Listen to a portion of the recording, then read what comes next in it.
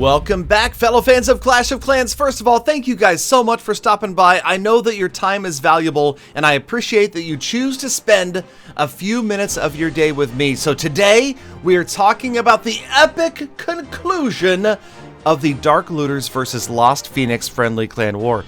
Now, you'll notice right away, something looks amiss here on the screen. Yes, Galadon, well, and this is a tip for you guys out there as well. Did you know that your friendly war base is not necessarily the same as your regular war base?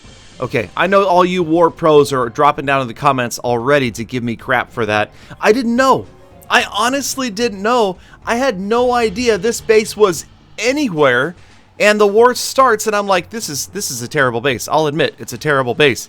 But, of course, not a gimme 3-star by any means, but Evechek from Dark Looters comes in, and you're going to see this attack again. And actually, we could devote an entire episode to this style attack, going after ring bases with a very familiar attack strategy that you'll see Itsu use a little bit later on in the episode. And it's this hero kill squad, then this rotational lava loon, either clockwise or counterclockwise, going after these ring bases, and then the blimp dive. Okay, watch the blimp dive right here. This is my favorite part of this entire attack.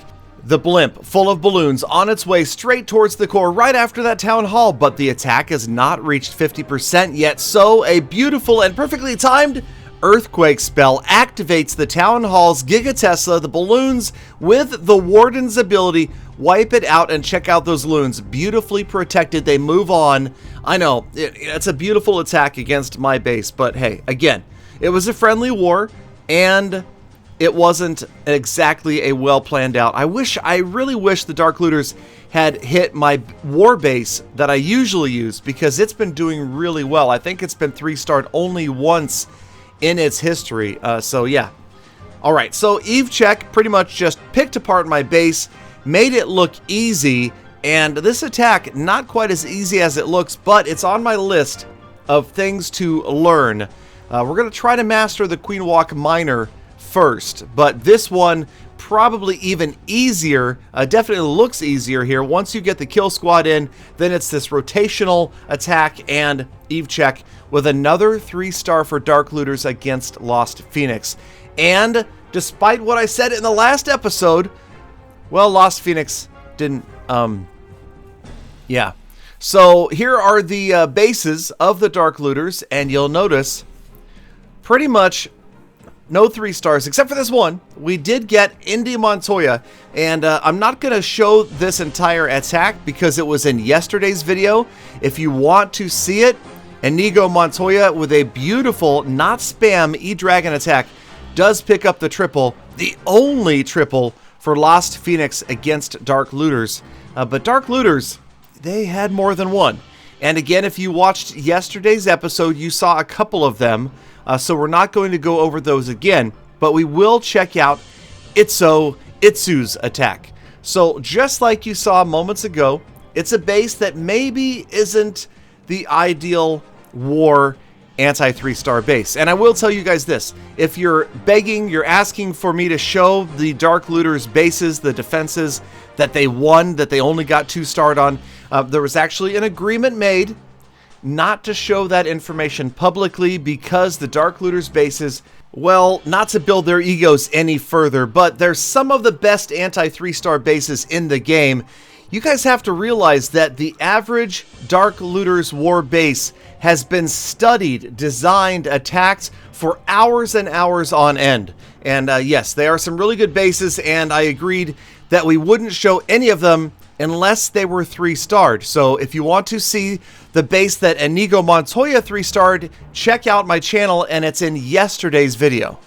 In the meantime, Itsu's kill squad has successfully carved a slice out of this base, and now the rotational, will it be clockwise, will it be counterclockwise attack of the lava loon is on its way. So wait for it. There it is from the left-hand side, so it's counterclockwise this time. And watch again as that blimp is going to move its way towards the center, but notice Itsu did not bring an earthquake spell, so the blimp Could this be a problem? Watch what he does right here. As the blimp moves its way in, rather than allowing it to go all the way over the town hall, he activates it early to take out these other defenses. So he knows the balloons are not yet going to target the town hall. He clicks on that balloon, that blimp rather, deploys all of the balloons, and now he hits 50%, and sure enough, the balloons are still in the general area. So is the warden's ability, and the town hall goes down for the second star. And it's balloon overkill for the rest of Shido Hoshi's base. No chance. You can see the last couple of defenses here are about to go down. He's even got wall breakers, another balloon, 2 more haste spells. 2 swag hastes right here as Itzo just absolutely destroys this base. So this is an argument for, hey, if you are in CWL, you probably should put together a base other than your trophy base. Because this pretty much looked like a trophy base, and Itzu slapped it around. And the Dark Looters kind of slapped us around. But you know what? Unfortunately, that's just the way things are going to be, especially at Champion 1. I think as we work our way up, you're going to see bases like this just get annihilated. Now, that is another one.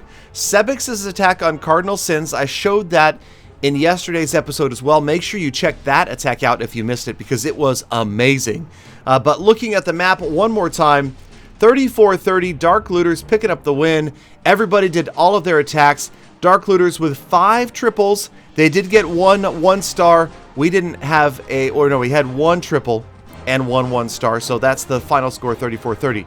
Now, what I did want to show you is me continuing to practice. And I promise you, I'm going to continue to work on this until I can at least 3-star a max Town Hall 12 or nearly max Town Hall 12 anti-3-star war base with Queen Walk Miner.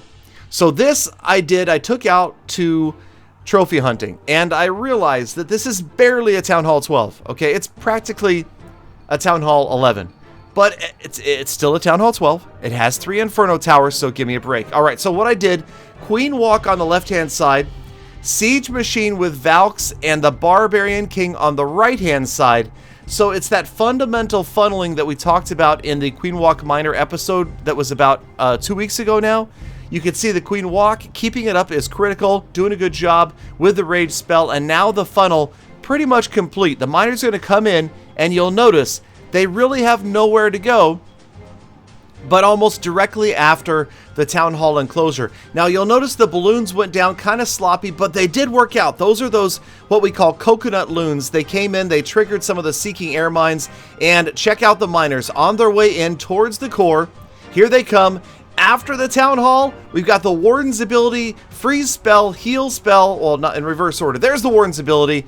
Not really needed because, again, the Miners dive underneath that Giga Bomb, wiping out the core and moving out towards the outside, and we still have the Queen Walk. So the Warden chasing down the Miners on the top right of your screen, the Archer Queen doing a great job of surviving. The Miners passed in front of her. The King did his job. And now it looks like we're going to pick up a 3-star. So, yes, just like we saw in the earlier attacks in this episode, picking up a 3-star against an anti-3 or a lower level base. I know, don't give me, just roll with it, okay? I realize it wasn't anywhere near a maxed out Town Hall 12. But hey, you got to start somewhere, and this is the idea. I am practicing by hitting slightly softer bases, gaining confidence, gaining the practice, because I feel like with Queen Walk, it's just something you have to do over and over and over again. And I tell you what, we will put together an episode, maybe even tomorrow or the next day, where I practice Queen Walk on my clanmates' bases until I can 3-star an anti-3 war base. Okay, it's going to happen. In the meantime, that's 3 on, Nestle Rave number 05's base. So I'll take it, right? Thank you, guys. We lost to Dark Looters, but who knows? Maybe we will move up to Champion 2, Champion 1 anyway. Stay tuned for the next season of CWL. Stay tuned to the channel. Stay tuned to the live streams on twitch.tv/GalonCoc. Have a fantastic day. Be kind to other people, be kind to animals. I'll see you guys again tomorrow. I always say it so fast, and then at the end I have this extra time to say full attacks.